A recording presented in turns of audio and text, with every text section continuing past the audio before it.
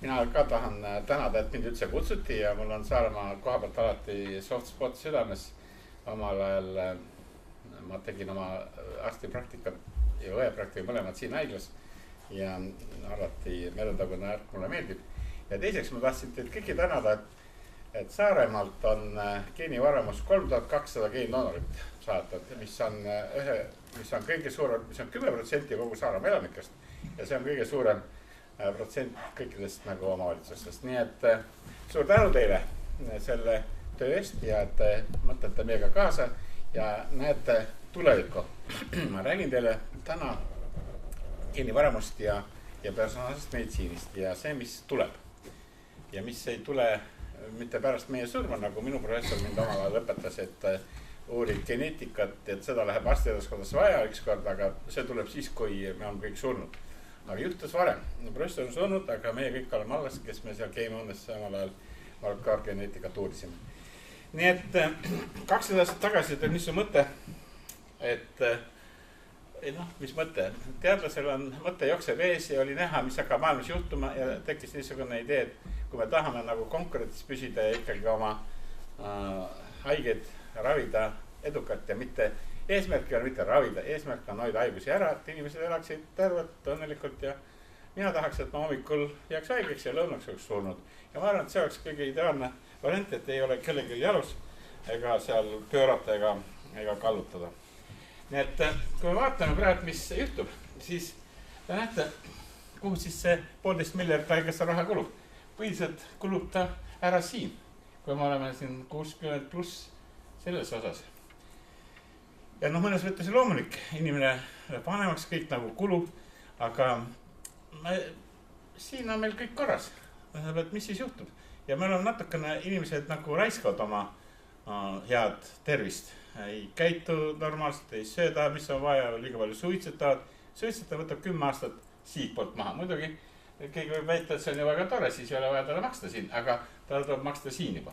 Et küsimus on selles, et nagu raha pealt, kui liiga palju ja lähedalt käes, siis ta kulub rohkem, aga tervise peale peab mõtlema alates juba nagu päevast number 1. Ja see on praegu probleem. Kogu aeg me läheme vanemaks, sest et elu ikka läheb paremaks ja keegi ei jõua neid kulutades maksta. Ja eriti Eestis, kus on see protsent, mis üldse kogu toodangust meditsiin läheb, on väga väike. Siin me võidame ainult veel vist Rumeeniat ja teised on kõik meist mööda läinud. Nii et see on üks probleem. Teine probleem see on loomulikult, me tahame, et inimesed oleksid tervemad. Vaatame kulude poolt veel, võtame, ma pean vaadama, et mul on mõned slaidid ingliskeelsed, aga see on meeletagu väärt, ei ole siin välismaal lühemalt kui meil seal, aga põhimõtteliselt ma räägin eesti keeles, aga mõni slaid on inglise keeles. Vaadake, teist tüüpi diabeet. Teate kõik, raske haigus. 7-8% Euroopa ja Põhja-Ameerika inimestest on juba diagnoosiga.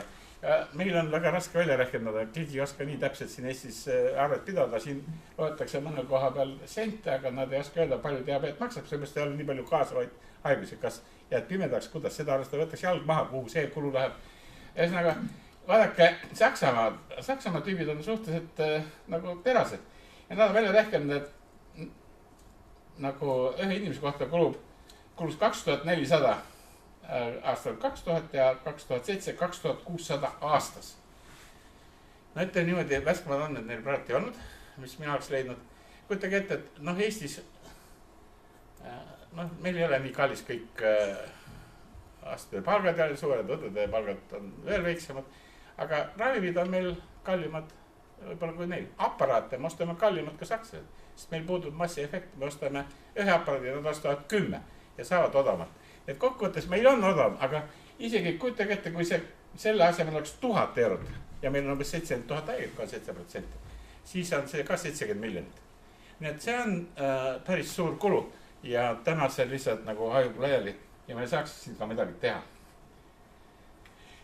Nüüd, mismoodi siis seda personaalset meditsiini nagu tõlgendada?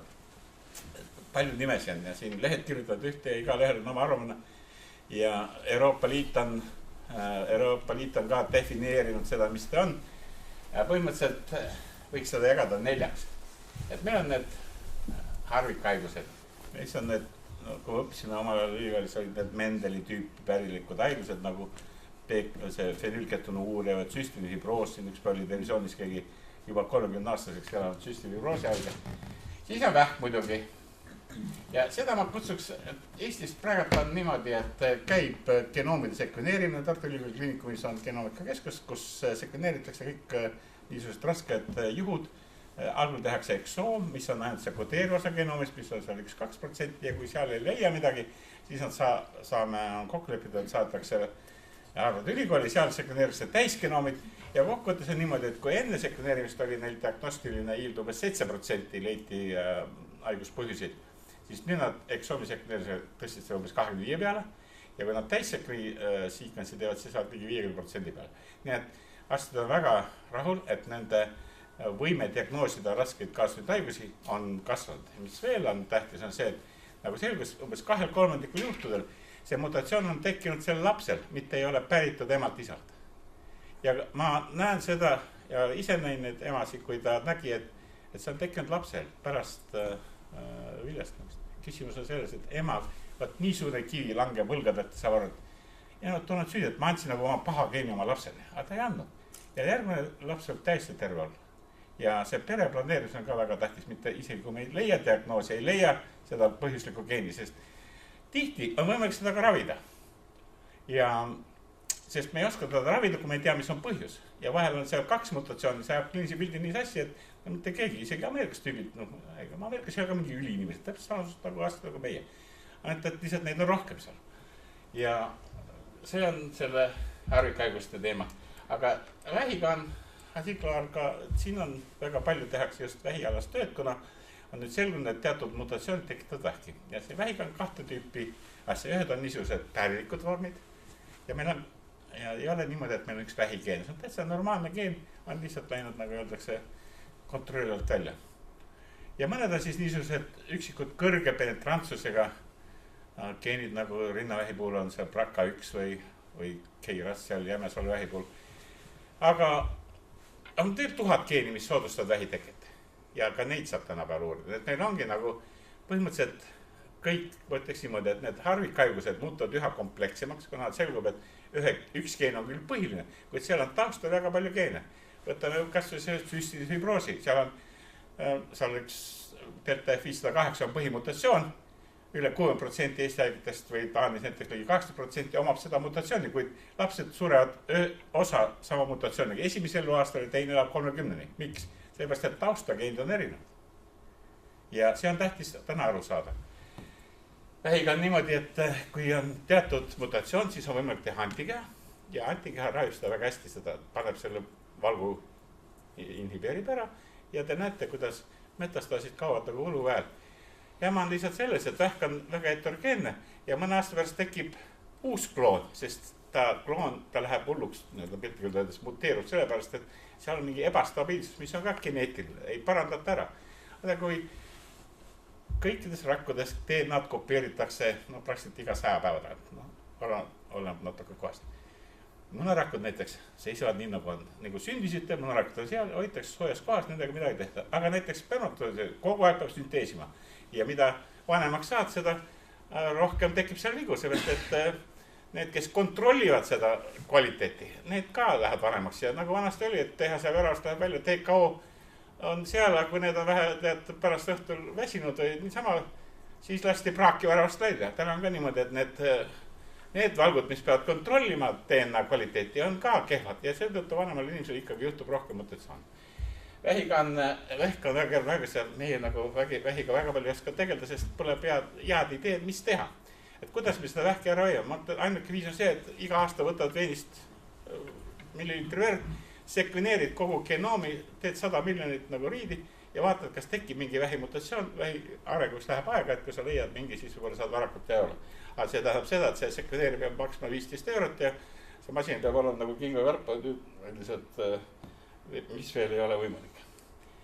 Nii, järgmine ongi see tavaliselt haigus, see on see, millest me põhiliselt sureme. Pooled surevad meil ju südame-veresoonkonna haigustesse, 1/3 vähki ja siis tulevad alles kõik teised.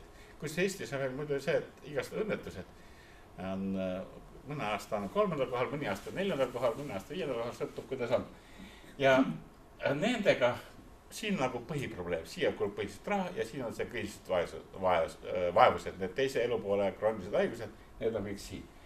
Ja siis on see varugeneetika, nii kaua kui mina olin ülikoolis kogu aeg räägiti varugeneetika, aga reaalselt kasutamist ei leia. Sellest puudus infobaas. Kui iga kord hakkad tellima inimese, et kas tal see ravim sobib, see läheb nii kalliks, et teadus oli küll seda võimaldanud, aga praktilis ei ole seda rakendada, sest seda ei ole, see läheb lihtsalt kalliks. Lihtsam on anda talle proovida, võtab nädal aega, võtab kuu aega, kui midagi ei lähe või läheb hullemaks, paneme haiglasse ravimisse, jätame ära selle ravimi. Käib katse eksituse meetodi, aga täna me võime tegelikult ennustada teatud ravimite puhul, et mis võib juhtuda. Ja ma tulen selle juurde pärast tagasi. Nii, see oli siis jaotuseks. Nüüd on siin veel, siin on arstideks. Räägime siis, mis on siis vahe. See on siis see meditsiinigeneetika, mida meile omal ajal ülikoolis õpetasid seal Mikkelsaared ja kõik need. Ja siin on see uus genoomi meditsiin. Siin ravitakse siis, kui on haige. Siin uuritakse tervet inimest. Siin on nii-öelda Mendeli tüüpi haigused, mis on selgelt näha, kuidas ta sugugus jookseb, aga siin on kõik haigused. Siin on põhiliselt üks geen, aga siin on palju geene, sadu. Siin on keskkonna komponent on suhteliselt väike. PKU haigus ei sõltu midagi keskkonnast. Esimese elukuul, kui ravi ei saa, ei arene aju välja, läheb lastekodus. Siin on suhteliselt tugev keskkonna komponent. No näiteks teist tüüpi diabeedil põhiline komponent on ikka kehamasindeks, mitte geneetika. Ja siin on ikkagi geneetilised nõustajad. Siin on perearst, kes peab nõustama. Nii nagu tavaline praktika. Ma ütleks niimoodi, et perearstid on tohutult, ma ei tea, kui palju perearste siin on, aga perearstid on õudselt närvi läinud, et oi, nüüd meil tuleb tohutult tööd juurde. Ma ütleks niimoodi, et kujutage ette, kui me eksamit tegime ja vahel sai spikrid tehtud. See geenikaart on arstil nagu spikker, kes soistab kõrva. Vaata sinna. Vaata natuke lähemalt sinna silmaägust või vaata tal seda. See ei ole midagi, mis tuleb juurde, see aitab teid. Ja see ükskord seda geenikaarti tehakse, kui te identifitseerite oma patsiendi hulgas, et kellel on kardiovaskulaarne risk või on tal mingisugune muu risk, siis te teate, millega tegeleda. Ja ei ole vaja enam väga palju mõelda teiste asjade peale, sest need tulevad palju harvem ette. Aga häda on ikkagi seal, kus on kaasasünnud geneetiline komponent.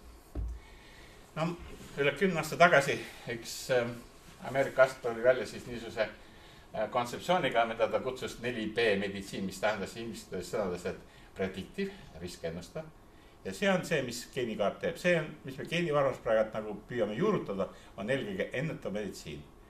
Tahast öelda profülaktiline. Ennetav ravi, ennetav ravi. Täna see tähendab, et kontseptsioon tuleb muuta. Täna on niimoodi, et tervet inimest keegi ravi. Aga kui me hakkame vaatama, võtake ette nüüd seda näiteks verre. 140 millimeetrit on veel justkui see piir. Nüüd 141 on juba haige, 139 ei ole haige. Aga mis see bioloogiline vahe? Ei ole. Võib-olla 139 võiks ka juba anda midagi, et pääle ei tõuseks see verre. Tähtis on vaadata tendentse, trende. See on kõik, seda saab siis teha, kui on andmebaasid, sa saad nälgida, mismoodi inimene on. Mõnele on 145 okei verrek. Mõnele on 130 liiga palju. Sõltub inimesest. Ja no siis on muidugi see, et peab olema, see peab personaalne olema. Selles mõttes, et me kasutame personaalset genoomi informatsiooni nende otsuste tegemiseks. Ja ma arvan, mis on kõige tähtsam on see, et inimesed peavad ise hakkama rohkem oma tervishoiul mõtlema. Täna see kogu aeg see praktika, et nagu me oleme epidemioloogias juba õppinud, et sööge vähem, jookske rohkem. See ei mõju, sest et me näeme iga aasta kehamassi indeks tõuseb keskmiselt läbi kõikidel arenenud läänemaades. Ja tehakse propagandat kõvasti. Lootus on, et kui, ja me näeme esimesi andmeid, et kui inimesi öelda, et vaatake, sina pead tõesti nüüd seda elustiili muutma. Et naabrimanu on seal 150 kilo ja ei ole häda midagi, on 100 aastat vana. Aga temal on selles positsioonis nukleotiid G, aga sinul on C ja see teebki suur vahe. Ja siis hakkad inimesed nagu karkatsivad võib-olla tõesti. Me loodame, ja ma ütlen veel kindlasti, et sellest ei ole piisav. Meil on vaja minu meelest mingisugust neist nõustajate süsteemi. Tähendab, perearst ei suuda enam seda jälgida, aga mingi tervise nõustaja võib olema mingisugune meditsiinikooli läbinud tüüp, kes on hea kommunikatsioonivõimega. Ja kuna on need, kui ikka tõesti tahame efekti saavutada, siis me peame jälgima, kas inimene täidab seda režiimi, kas võtab ravimit või ei võta ravimit. pooled inimesed ei võtta neid rohtusi, mis neile välja kirjutatakse. Ja enamus, kes jõulude aeg lubavad, et järgmine aasta on hakkab paremaks ja hakkab trennis käima, on juba munade üheks kõik ära unustanud. Et ma tahan, et muidu me efekti saavuta, kui natuke neid inimesi tuleb toetada, meelde tuletada, et siis isegi niisugune asi, kui arvuti saab teile, aga nendele patsientidele, et kas te ikka ravimit võtate, juba see tõstis ravimi tarvitajate hulka ja kokkuvõttes nagu üldine tervis paranes. Ja automaatselt saadetakse seda, aga veel kui keegi helistab, et oi Andres, sa ikka tõsiselt mõtled oma diabeedi peale. Sa trennis ei käinud, eelmine nädal ka ei käinud. Paned ketsid jalga ja lähed, kui ikka niimoodi helistatakse. Nii et ma arvan, et me ei saa midagi paremaks, kui me siin ei lahenda seda probleemi ära. See mõtteviis, et nagu autoga on, et sõidan garaaži, et ehk kui Mercedes korda, ma joon siin kohviniva, see ei tööta, et tuleb. Praegu on läinud see asi nii, et kõik on nii odav. Inimesed ütlevad, et käisime kinos, kodudel läksime ka EMO-st läbi, et vaata, mis on. Niimoodi see ei ole võimalik edasi minna. 2 aastat tagasi lõime Eesti kinnivarama, kõik olid selle vastu. Kohalik ajaleht kirjutas, et ärge minge sinna, tehakse geenikaart, leitakse mingi huvitav komplekt, võetakse, teid röövitakse ära, võetakse maks välja, müüakse Jaapanisse. Niimoodi kirjutas ajaleht. Ja siis olid seal näiteks doktor Sahkman ütles, et meil ei ole haiglas ventilatsiooni ja te teete siin mingit geenivaramut. Ja küsimus on selles, et arstijaoskonna nõukogu arutas seda ja otsustasid, et ei ole vaja teha seda. Et kui oleks vaja ja kui see oleks tähtis, siis arstijaoskond juba ammu teeks seda. Aga kuna me ei tee, siis ei ole vaja. Ainult professor Tiina Talvik kirjutas, ma olin seal nõukogus ise esinesid ja nad võtsid nõukogus otsuse. Ja Tiina Talvik kirjutas eriarvamus, et mina ei ole nõukoguga nõus, et mul on piinlik oma kolleegide pärast ja mul on kõik paberid. Mul on piinlik oma kolleegide pärast, kes ei saa aru, et see on nagu tulevikuprojekt. Nüüd arstijaoskonna nõukogu töötab meiega väga hästi koos. Aga ma tahaks öelda seda, et põhimõtteliselt meil täna, kui alustasime, kogusime 52 000, kogusime siis seda informatsiooni, töötasime neid, tegime teadust, publiseerisime palju. Täna meil eelmine aasta, nagu te kõik panite täheleks, kogusime 100 000, me saime tegelikult 105 000 jõuluks või uueks aastaks. Ja täna aasta paneme veel 50 000 sinna otsa. Tähendab, tegib 200 000, üle 2% Eesti täiskasvanud elanikkonnast. Ütleme, ainult Islandil on protsent suurem, kuna Islandil on 300 000 inimest ja neil on 140 000 geenivaramus või nende biopangas. Aga isegi kui inglased nüüd oma 500 000 pealt tahavad jõuda 5 miljoni peale, sest nad näevad ka, et on vaja personaalset meditsiini rakendada maa peal. Neil on lihtsalt nii heterogeenne rahvas, neil on ju tänu selle, et neil asumad üle terve gloobuse, on neil seal Indusi, Pakistani ja kõiki, kust nad on tulnud, nad peavad lihtsalt rohkem uurima, aga isegi 5 miljonit ei ole 63 miljonist sinna ligidale, kus meil.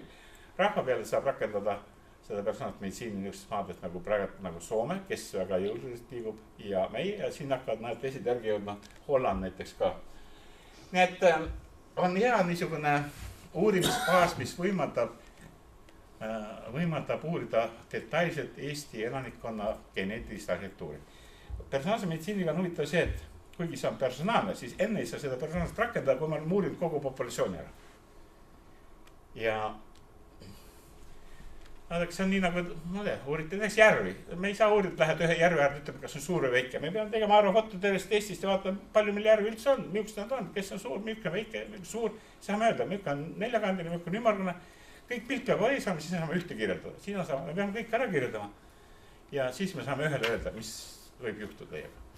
Nüüd tänu selle, et me oleme siin ikkagi suhtes, et kõik on kõige sugulased. Vaadake ise, ei ole vaja teed 2 telefonikõnet, juba leiad tuttav arsti, kelle juurde minna ja läheb kõikidest järjekordast mööda. Küsimus on selles, et siin on sama asi. Et kui me hakkame geenikaarte vaatama, siis me näeme, et ja ma kohe selle juurde jõuan, et siin on, kõik on sugulased. See teeb natuke asja kergemaks, et meil juba igat inimest uurides me saame nagu väga palju tuletada. Siis ma lähen vale pidi. No, et kõik oleks rahult, siis aastal 2000 tagasi Riigikogu võttis vastu seaduse, inimgeeni uuringute seadus.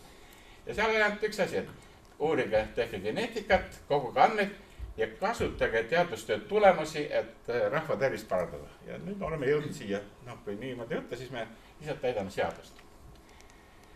No see on see küsimustik, siin mõned küsida, mis infot me teame. Me ikka teame peaaegu kõiki nende inimeste kohta.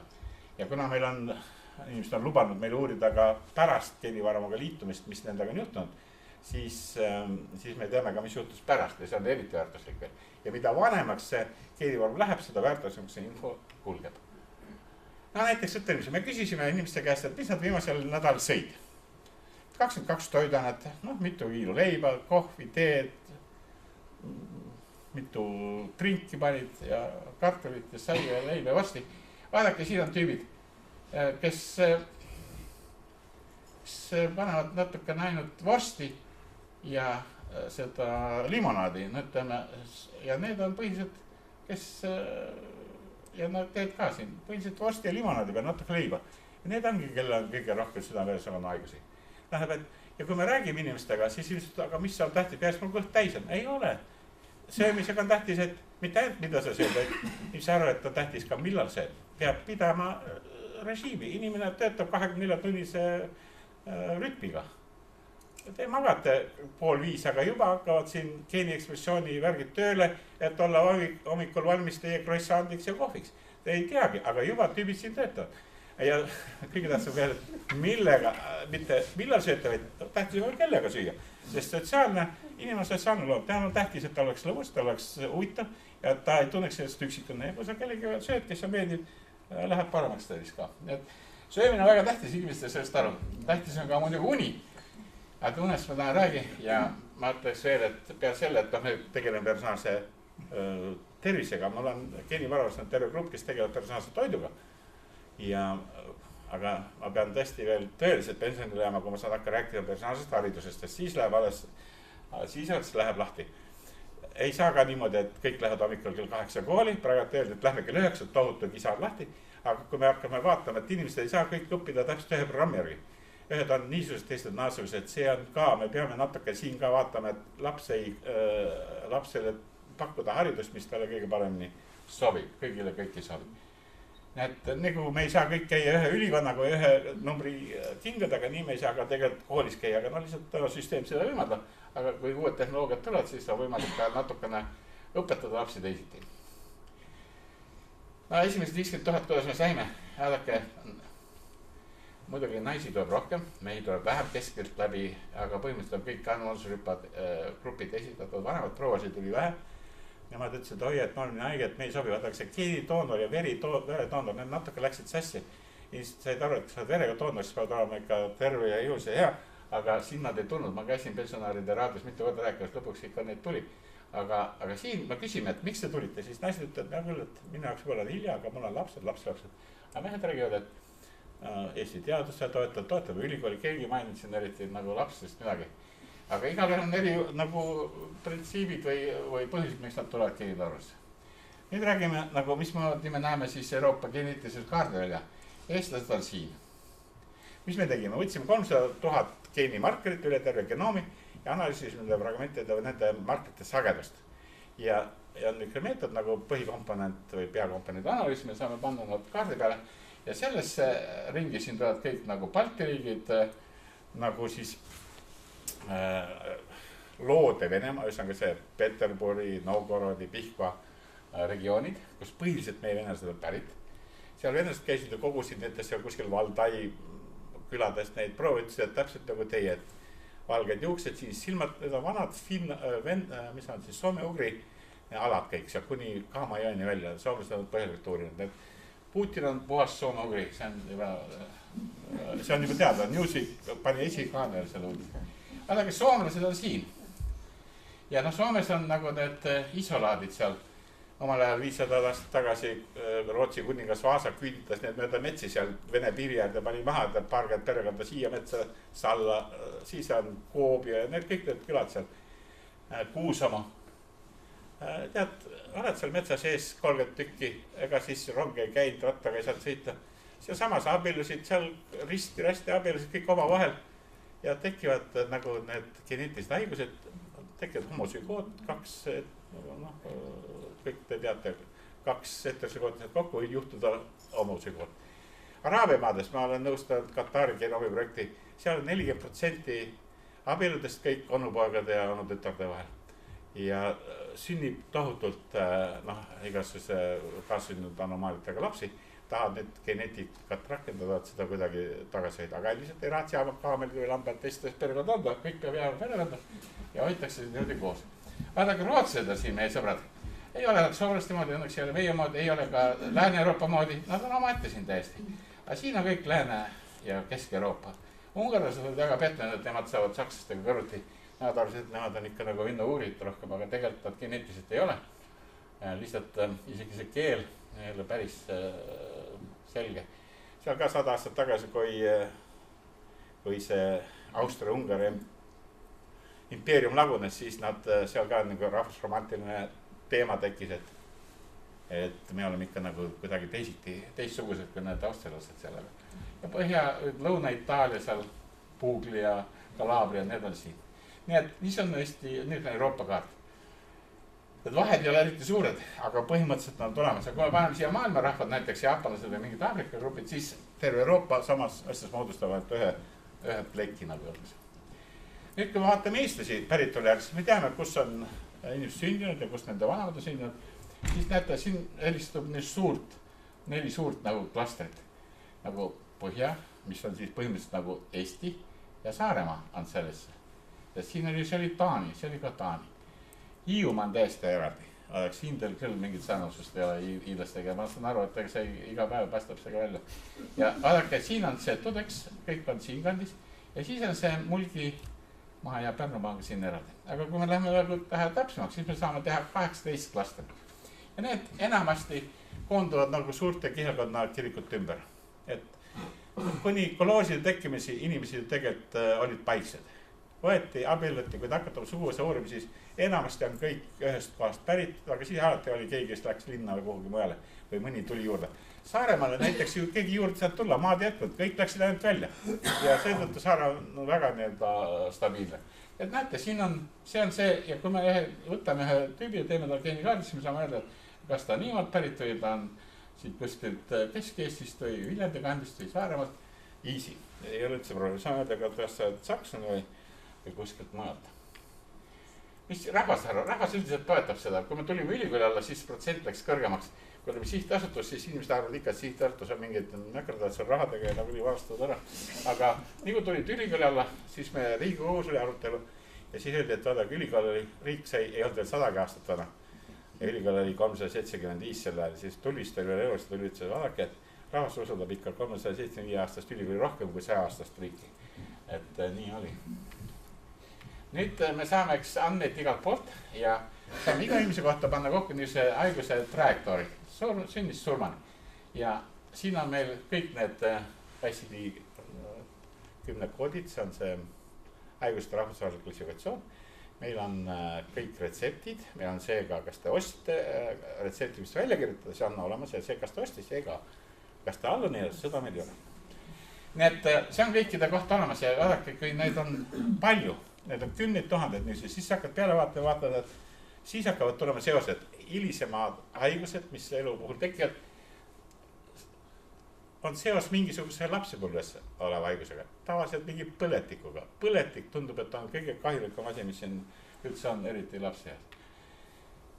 Nüüd, mis on siis see geneetiline varieerus? Panen siia 4 indiviidi, siit esimest reast 4 tükki. Ja vaadake, meil on niimoodi, et kõik on muidu sarnane, me oleme 99% nagu identsed, aga on ühel mingis positsioonis on meil erinevus. Ja see on nagu varieerus, normaalne varieerus, me oleme kõik erinevad. Ja siin on äkki üks mutatsioon, mis võib põhjustada midagi. See variant võib ka midagi põhjustada. Miks see niimoodi on, et miks siis ikkagi on looduse evolutsiooni käigus loodud selline olukord, et mingid vead lastakse läbi otsused, et seal on vead selle tõttu, et me läheme vanemaks ja asjad ei ole täpselt. Aga sinna on sisse ehitatud väike viga, et me ei oleks sarnased, et ellu jääda ja keskkond kogu aeg muutub, näete siin kord läheb külmaks, kord läheb soojemaks, kord maakera telg natuke kaldub, teine oli kaldu. 500 aastat tagasi oli ju jääaeg. Vaadake varem Hollandi maistrid, kõik uisutavad mööda kirikud on lume alla mattunud. Nüüd ei ole seal seda. Ja et inimkond jääks ellu, siis peab olema nii palju erinevaid variante, kes sobivad teatud keskkonnaga. Nüüd läheb kuumaks, on jama küll. Aga kindlasti osa tüüpe saavad sellega väga hästi hakkama ja jäävad alles. Osa kaovad. Ja see tuleb sellest, et meil on suur geneetiline heterogeensus ja see ongi looduses ka niimoodi. ja see on evolutsioonis niimoodi, evolutsioonis kujunenud niimoodi, ega siis me oleme ju ikkagi siin päris kaua kõndinud ringi ja see annabki meile võimaluse siis uurida, millised inimesed sobivad ühe või teisele ravimile, millised on ohud ühe või teise haiguse jaoks ja nii edasi. Nii et see ongi varieerus ja seda me näeme siis, kui me uurime genoome. Ja nüüd, et oleks numbrid selged, igaüks saab ehk siis igal ühel meil 2 kromosoomi, ühe saad emalt, teise isalt. Mõlemad on 3000 miljonit nukleotiidi. 3000 miljonit. Päris hulga raha. Ma ei tea, kas Abramovitšil on nii palju, aga 3000 miljonit. 3 miljardit. Ikka on, ta on vist rohkem. Et põhimõtteliselt see on päris suur number, 3000 miljonit, aga 3 miljonit on minu ja näiteks teie vahel. Nii et see on ainult väike osa. Aga see, muidugi me oleme kõik nagu sarnased. Ainult hakka lähemalt vaatama, on erilusi väga palju. Nii, selline on siis see geneetika siin.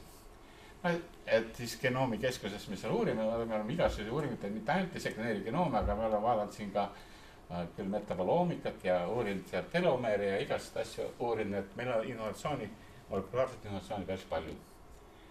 Ja see oleks, kui me kogu aeg räägime geenikaart, siis osa inimesed küsivad, et kas see on nagu regiogeenikaart, aga see ei ole nagu regiokaart, et see on niisugune Exceli tabel tegelikult. Et siin on geenikaart, fragment. Geenikaardis meil on 700 000 rida, niisugust. Ja siin nagu hakkab pihta, et siin on nagu esimene kromosoom, ja siis on variandi number ja kõik ja milline nukleotiid seal on ja lõpuks milline, kas ta on misses või on ta mingi stopp või. See on see info, mis läheb need otsusetoed tarkvara programmi sisse ja tehisintellekt kasutab seda infot ja muud infot, et vanus, sugu, gammasindeks, suitsetab või suitseta ja nii edasi. Ja annab meile haigusriskid, sest need variandid meil on, kuidas me üldse need riske teame. Tehakse suuri massiivseid assotsiatsiooni uuringuid, mis tähendab seda, et võetakse nagu juhtkontrolli uuring, aga 100 000 juhtu, 1 miljon kontrolli üle maailma. Ja siis me näeme, et genoomis inimesed jagavad ühte mingit positsioonis, ühte mingit varianti või mitte ühte, aga ütleme, see on võib-olla 10 ja nad on esinevad sagedamini haigetel kui tervetel. Ja see on see, millest me lähtume. Ja see on kõik mõõdetud ja geenivaram ei ole piisavalt suur, et seda teha ainult eestlaste peal. Seda saab teha eestlaste peal siis, kui see on väga suure efektiga. Tavalised haigused ei ole nii suure efektiga. 100 geenid annavad igaüks natukene. Meil on näiteks uurime pikkust kui mudelid. Seal on 700 varianti, mis mõjutavad pikkust, mõni annab 3 millimeetrit. 3 millimeetrit rohkem vähem. Aga kui on juba 10, on juba 30 millimeetrit ja see on 3 senti. Ja 3 sentide vahet, kas sa saad piloodiks või ei saa. Tähendab, küsimus on selles, et siin ei ole nagu TQ-l on üks geen, üks mutatsioon ja sa oled kohe haige. Haiguse kulg on erinev ja raskus, aga sa oled ikka haige, see on praktiliselt 99% penetraatsus. Aga mingil diabeedi või infarkti põhjustad, nii hull ei ole. Nii, siis ma üldse tagasiside, keegi ei ole tegelikult niisugust geneetilist tagasisidet maailmas teinud massiivselt, lähtudes populatsioonipõhistest andmetest ja tervetel inimestel. Haiglas tegeletakse ka haigete inimestega. Ja see on nagu, mis põhimõtteliselt on võimalik, mis meie teeme. Meil selles geeniraportis me valisime välja nagu üksikud asjad, sest Tartu Ülikool ei ole mingisugune terviseteenuse osutaja, me oleme teaduslik asutus. Ja me lihtsalt uurime, kuidas seda teha, et kui see läheb perearstide kätte ja läheb juba süsteemi, et oleks mingi info võtta, kuidas seda võiks teha. Algal ikka tehakse teadustööd. Ja mida me siis täna, me valisime arvutatsest haigusest niisugust nagu perekondlik hüperkolesterolemia ja siis rinnavähi. Jätame välja, et kõik teame, et BRCA1 ja BRCA2, seda ammu juba diagnoositakse. Ja kui see kuulus näitleja Angelina võttis oma rinnad ära, siis tema üksi tegi rohkem meditsiinigeneetilist propagandat kui kõik ülikoolid maailmas kokku. Vaadake, mis tähendab üks meedia ja kuulus inimene, kui midagi teeb. Tema ütles, et see on õige asi teha ja kõik hakkasid seda järgima. Tohutult tõusis selle populaarsus ja see testimine. Polügeensed haigused, me räägime siin teist tüüpi diabeedist, räägime kardiovaskulaarhaigused nagu ischemia tõbi ja siin on rinnavähk ka nagu kui polügeenne värk, polügeenne ja varogeneetika. Ja võtan lühidalt need läbi. Loomulikult enne tuleb teha teadust, me kõik publitseerime, et publitseerime tähendab seda, et sul on mingi teooria, sa teed mingid katsed, sa vaatad, mis tuleb välja ja siis trükid selle ära ja lased terve maailma seda hinnata kas kõigepealt, kui sa saad ajakirja, siis seal on tavaliselt toimetaja saadab 3 eksperdile seda lugeda ja need loevad ja tavaliselt kellelegi ei meeldi või vahel läheb ka lubina läbi, kui on ikka väga hästi. aga enamasti ütled, oi ikka, kuidas see on ja kuidas teine on, teed seal mingeid täiendusi, parandusi, vahel vaja mingeid katseid teha või uusi arvutusi, aga lõpus trükitakse ära ja siis loevad seda kõik ja siis hakatakse, kõik hakkavad vaatama, et kas ikka on nii nagu meil kirjas ja see tähendab seda, et kui keegi midagi ei ütle ja keegi ei kirjuta, et see on kõik jama, on vahel juhtunud ka seda ja mõned on pahatahtlik, kes lihtsalt produtseerivad valesi, teevad seda nii hästi, et läheb teinekord mitu aastat enne, kui tuleb välja, et nad ei ole midagi teinud, kui ainult istunud laua taga. Et niisuguse asju tuleb ka ette, aga harva. Nagu igal pool, nii on ka pangas arvatakse raha, nii ka teaduses arvatakse nagu feini. Ühesõnaga, meil on kõik publitseeritud. Ja mida me siis uurime?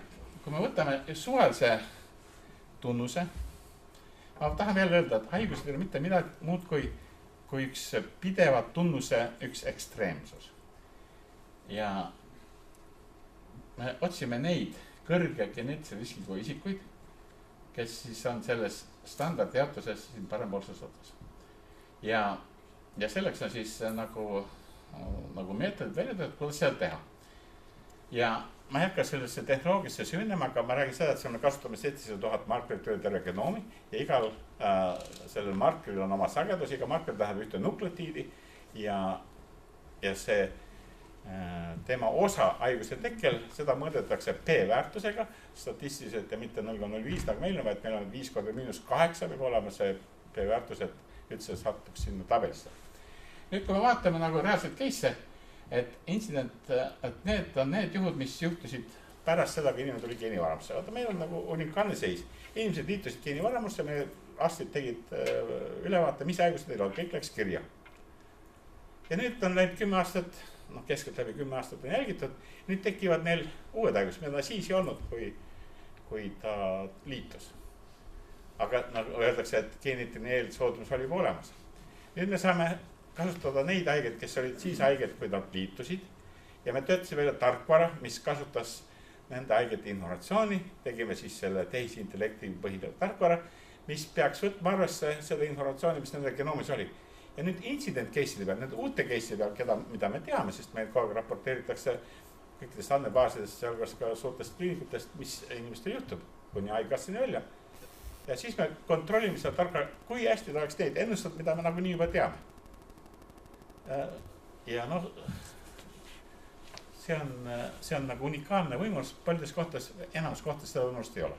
Ja meie seepärast saame oma tarkvara natukene timmida, kasutada, natukene muuta nende snippide, kuidas öeldakse, kaalu. Et kõik snipid ei ole, kõik need variandid on võrdsed, mõned on nagu olulisemad kui teised. Ja niimoodi meil tekib tarkvara, mis päris hästi ennustab seda, mis hakkab juhtuma. Ja me näeme täpselt, et ennustame kõrge riskiga ja need inimesed jäävad haigeks. Aga mitte kõik, see on kõik tõenäosus, see kõik probability.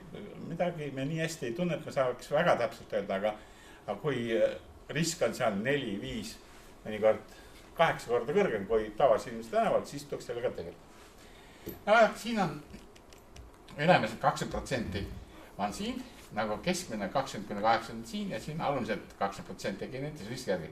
Vaata, kui suur vahe. Siin on mingi 13% ja siin on 3%. See on 10% juba vahe ja epidemioloogide jaoks see on väga suur vahe. Et siin tasuks tegeleda nendega. See näitab, et geneetika on oluline ka teist tüüpi diabeedi tekkel. Aga me oleme, kui me paneme kõik sinna peale ka kehamassiindeksi, siis tuleb niimoodi välja, et kui teil kehamassiindeks on nagu normaalne 25, nagu teil enamasti siin on, siis geneetikal on suur roll. Aga kehamassiindeks on 35 ja rohkem, siis juba kehamassiindeks tapab teid, geneetika jääb juba teisele kohale. Nii et see on oluline.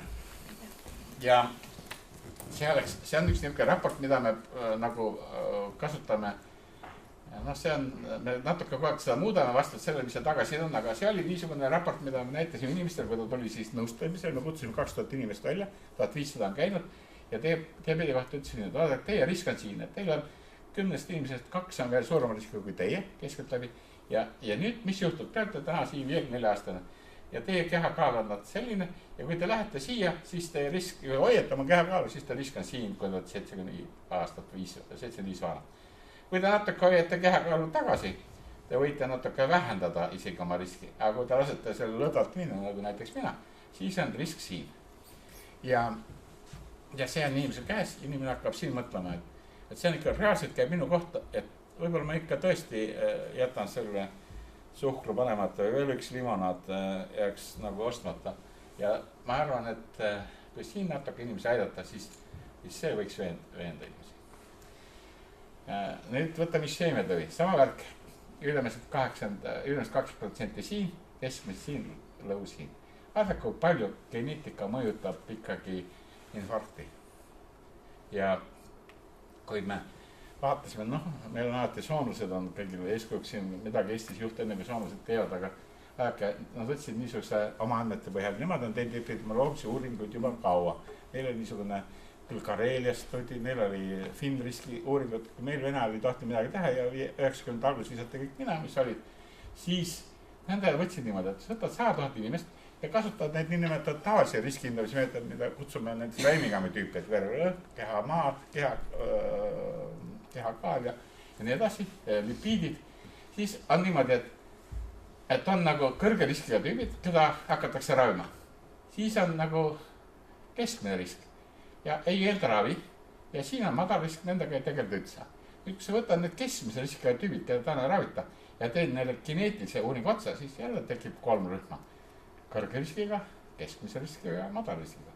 Ja need on need, mis siin jäävad silma vahele ja kukuvad sellest läbi. Ja need on need, kus tulevad äkki ohutselt saad keset päeva infarkti ja ei jõua võib-olla haigusse. Ja see on see nagu reaalsus, mis täna saaks teha.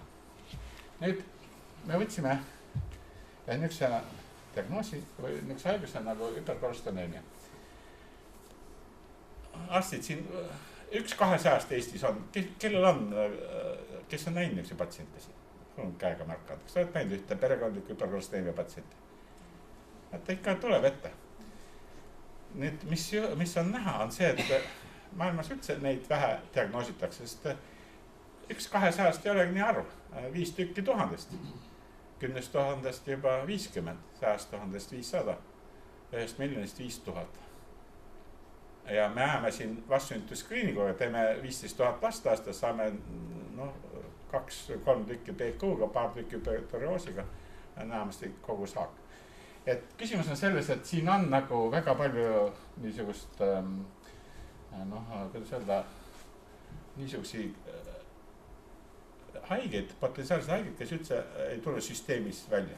Ja me kutsusime siis, ja need on geneetilised väga suure riskiga geenid on teada ja mutatsioonid, võtsime geenivaramust välja inimesed, see printsiip, mida kutsume on genetics first, et alustame geneetikast. Me üldse ei vaadanud midagi muud, võtsime ka see kolesterooli väärtuse, see oli teine asi veel, võtsime kolesterooli väärtuse mingi 4,2 ma arvan, mis ei ole väga kõrge veel, ja mutatsioonid 3 geenis, ApoB, LDL retseptor ja PSK9. Ja vaadake, mis tuli välja. Kui me kutsusime nad välja, siis nendel ei olnud absoluutselt diagnoosi, nendel oli kirjutatud hüperkolesterolemia, niisugune mittespetsiifiline hüperlipideemia tegelikult. Ja oli niisugune, ei olnud statiiniravi. Öeldett umbes niimoodi, et see vähem jooksu rohkem. Ja 3 tükki olid diagnoosiga. Pärast nad läksid siis kardiolooga kliinikusse PERHis ja kliinikumis ja kardioloogid neid uurinud, nad tulid välja, enamus sai diagnoosi. Nüüd me vaatame ravi, siis 62% ei olnud absoluutselt ei saanud ravi, pärast hakkasid saama statiine. Kõrge aktiivsust teinid eks. Siin ei saanud osa rasedad, osa välismaal, kõik ei saanud siin kätte. Aga te näete, kui suur osa inimesi tegelikult kardioloogid määrasid statiini ravi. Selle peale, et nad korra neid uurid, neid uurid muidugi põhjalikult, mitte nagu teaduste jaoks. Ja see on kõik avaldatud. Et põhimõtteliselt ma ütleks, et FH on niisugune asi, mida võiks põhjalikult uurida. Praegu Tallinna kardioloogid tahavad teha Eestis FH-i registri, et võtavad kõik kontrolli alla, kõik otsid üles, sest me kutsusime ka pereliikmed, igas peres oli veel keegi, kes oli sama mutatsiooni, kes sai ka diagnoosi, nii-öelda kaskaaduuring. Ja see on, põhimõtteliselt võiks selle probleemi ära lahendada, sest sealhulgas on väga palju ootamatu infarkti just noortel meestel.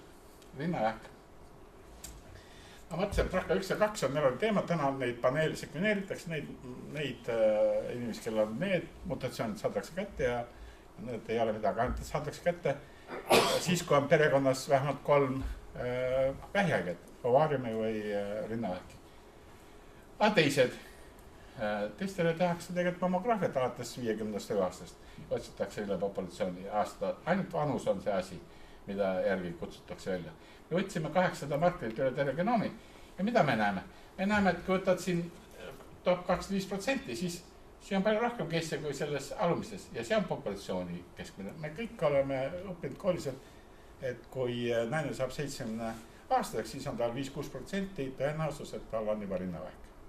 Ja see on igal pool, nii Eestis kui Inglismaal või Ameerikas. Nüüd, aga vaadake, mis juhtub, kui võtame top 5%, siis, ja see on populatsioon, siis see 70. eluaastaks 5% siin on nendel, kes on kõrgeriskiga, on see juhtub 50. eluaastal. 50. eluaastal tal on sama suur risk nagu 70. eluaastal teistel. Nendele tegelikult tuleks mammograafiat pakkuda palju varem.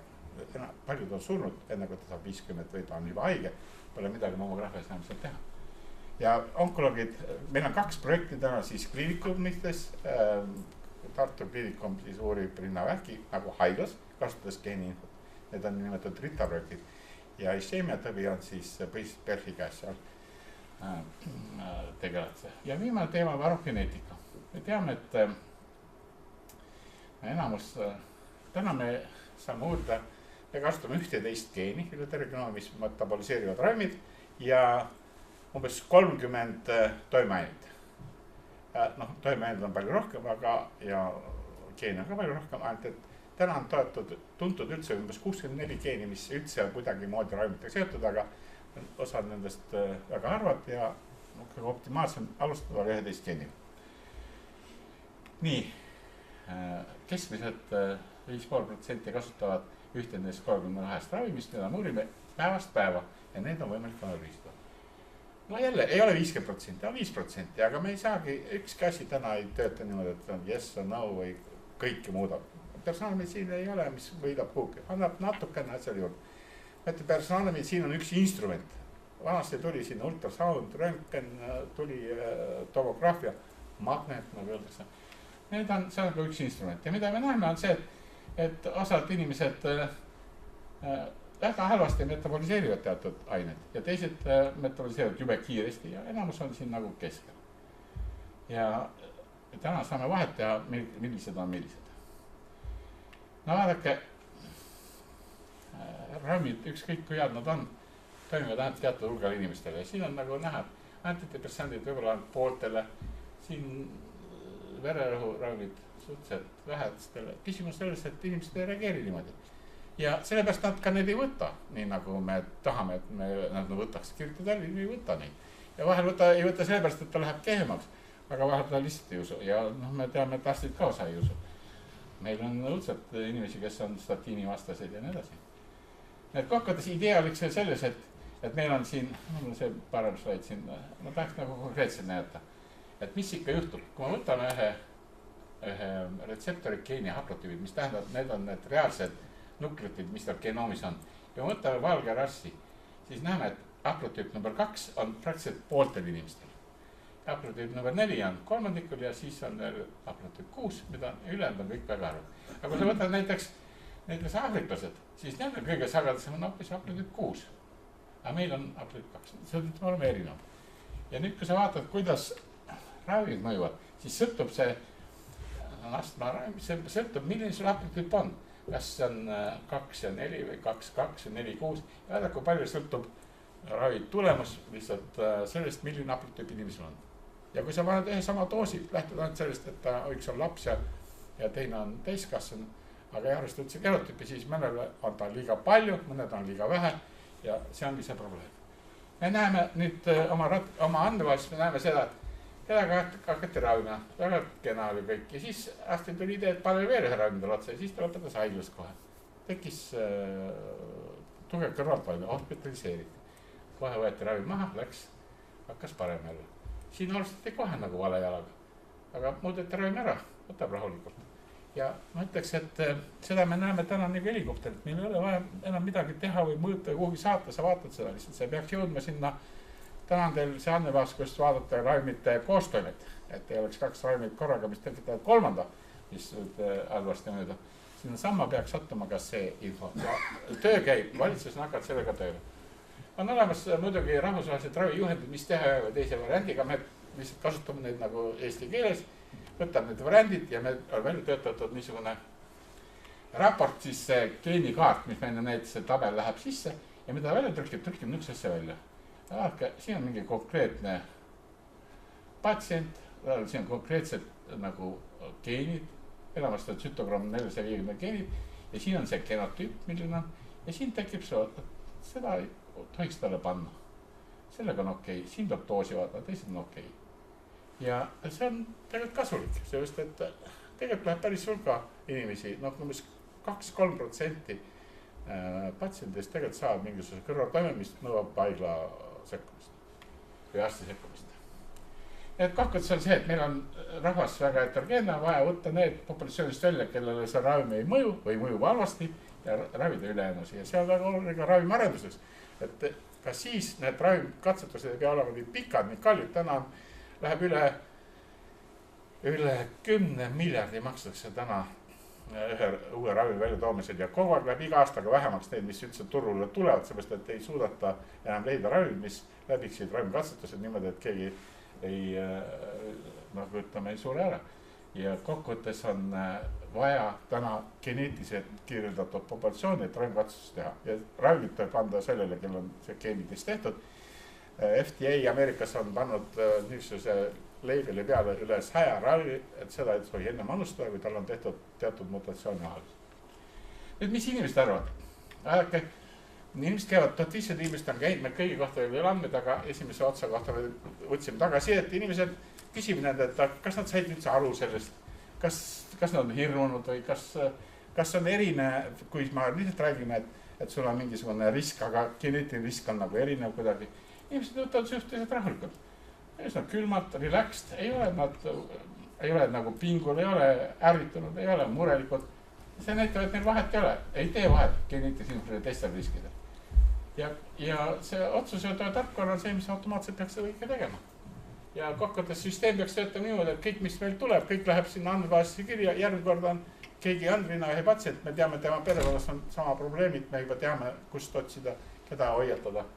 Ja ma ütleks kokku, et uskumatult sai kivimetega hakkama, et tegelikult geneetilist infot on piisavalt, et kasutada haiguste ennetamiseks ja siis farmakogeneetiliseks sekkumiseks. Ja ma arvan, et üks kord 50 eurot teha geneetiline kaart, vaatame sellele, et me maksame 13% palgafondist, ei ole kallis riigile see üks kord ära teha ja terve elu saab seda lugeda. Täna veel natuke see nagu prantsuskeelne raamat, et kõiki sõnu veel aru ei saa, aga juba hakkab kujunema ja loeme seda iga aasta uuesti, teadmist tuleb iga nädalaga juurde, innuga jälle uus Nature Genetics ja Lancet ja New England Journal of Medicine ja paneme aga tabelisse uued infot sisse ja lõpuks me oskame päris hästi kirjeldada seda, mis seal tegelikult juhtub ja ka isegi üks haigus nagu skisofreenia, Alzheimer muutuvad jõukohaseks. Nii, ja siin on kinnivarvam. Tänan väga!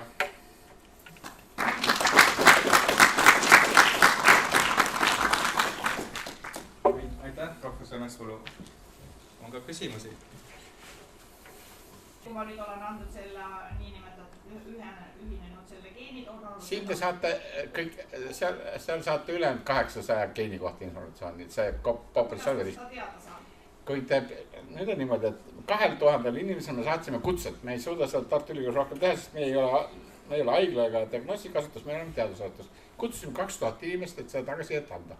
Ja nüüd, kas te saite kirja või saanud, kui te kirja ei saanud, siis teid ei ole kutsutud. Aga mis riik käivitas? Riik käivitas täna aasta selle projekti või eelmine aasta, et see tehtakse kõik saadavaks meditsiinisüsteemis, nii nagu kõik on täna, arstil on andmebaasid läbi TEHIKO või kus iganes. See tuleb, et perearstid hakkaksid saama neid raporteid ja see raport on niisugune, et perastid ei tohiks hirmuda küll, aga ma ütleks, see on umbes niisugune need raportid, et nagu see oli siin näha, aga see läheb veel lihtsamaks, et teed selle arvuti lahti, kui tüüp tuleb. Et see on, vaatad, see on 4 korda kõrgem glaukoomi risk, et mine silmaarsti juurde. Sul on vähirisk kõrge, mine onkoloogi juurde.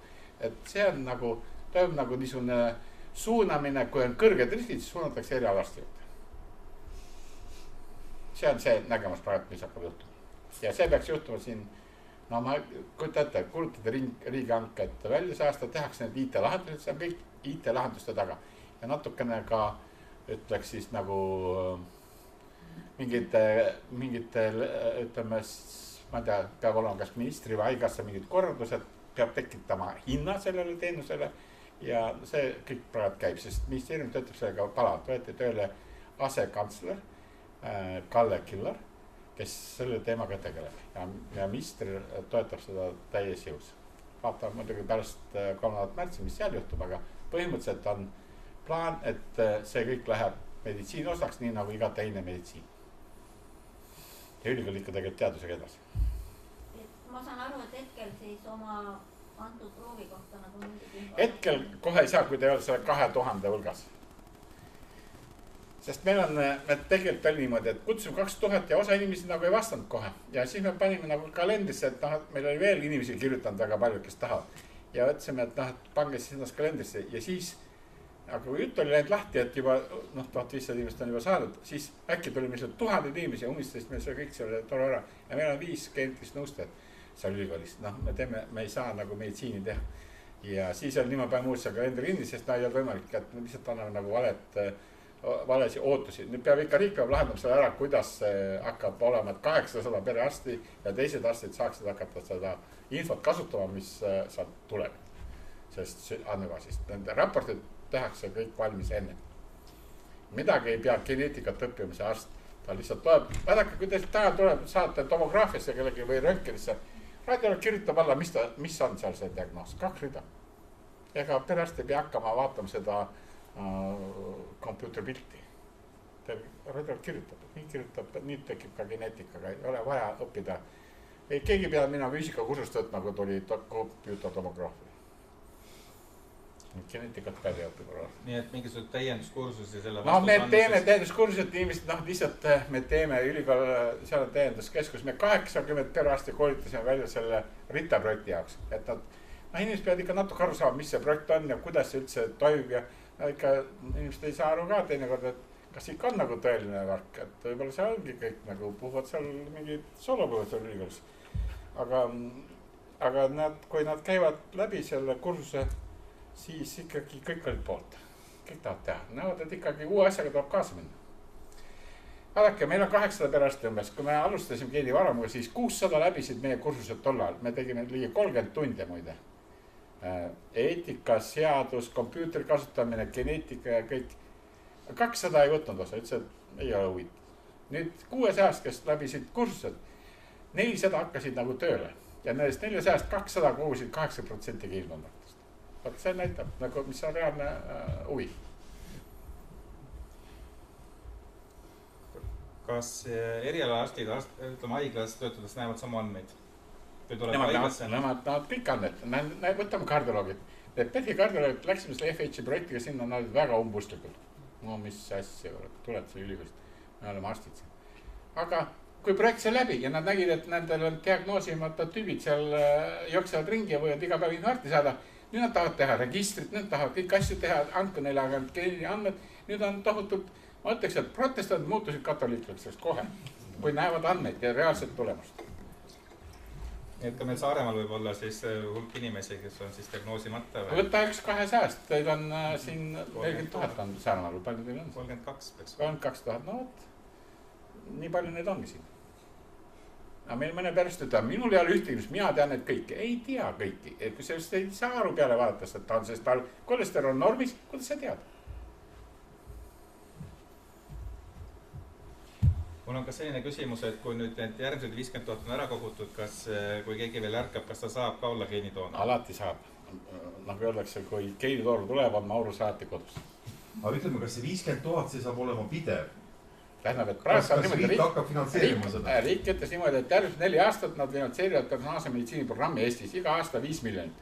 Aga see ei tule ainult andmete kogumisel. Me peame tegema ka lahendusi, et see jõuaks inimestele. Ma ütlesin, et kogumine enam ei ole primaarne. Primaarne on saada need 200 000 juba saaks hakata tagasi saama. Ja lõpuks see meditsiin peab hakkama ikka haiglas käima, mitte nagu ülikoolis. Et lõpuks on niimoodi, et meil on nagu info koos. Iga üks, kes läheb, sest 20% inimesi ei taha geenivaramusse liituda. Nad tahavad saada teenust niisama. Miks ma pean liituma geenivaramusse? Ma lähen arsti juurde, mul võetakse see vereproov, tehakse geenikaart ära ja kohe saab vaadata seda raportit, sest täna see andmebaas on siis nüüd olemas. Aga et seda tekitada, ma ütlesin, on vaja tervet rahvast ennem iseloomustada ja 200 000 on piisa, et me saame tuletada kõik ülejäänud ka, sest kellegi õde, vend, ema, isa, laps, me näeme kõik mustri ära.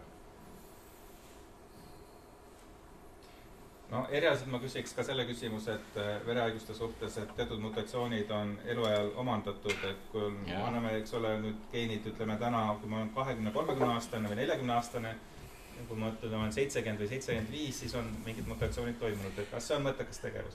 Asi on selles, et need on need somaatilised mutatsioonid, mis tekivad elu puhul teatud kudades. Täna neid ei saa muidu, kui aeg-ajalt tuleks sekveneerida lihtsalt kogu genoomi. Ja täna me nii kaugel ei ole, aga see kõik ei saa ühe korraga. Tähendab, et need, mis elu puhul tekivad, nendega on, neid ennustada ei ole võimalik, kuid me teame vähe, miks ta tekib elu puhul. Tekib, seal on mõned mehhanismid, tekib sellepärast, ma ütlesin, et need mismatch repair süsteemid ei ole korras. Seal on kaasasündinud mutatsioon. Aga kui me seda näeme, siis me saame juba tuletada, nüüd võib juhtuda, et tekivad somaatilised mutatsioonid elu puhul. Nii et see on kõik ainult teaduse küsimus ja informatsiooni omadane. Me peame aru saama paremini, kuidas need signaalirajad toimuvad ja siis me saame ikkagi algab geenist. Meil on üks rakk, kus on 2 kromosoomi igast ühest ja seal on kogu info. Sa võid panna selle rakku kuu peale, sealt ikka on niisugune inimene, nagu seal rakkus on kirjas. Nii et midagi ei tule siin taevast, aga siin räägitakse epigeneetika, tõesti on epigeneetika ka, on mõjutused ja kõik asjad. Kõik ei saa korraga kätte, aga kõik see on nagu pinnajuurdlus. Viskad kivi merre, natuke lainetab, see on selge, aga suured lained on ikkagi sõltumata sest kiivist. All right. Aitäh, täname veel kord professor Metspalu ja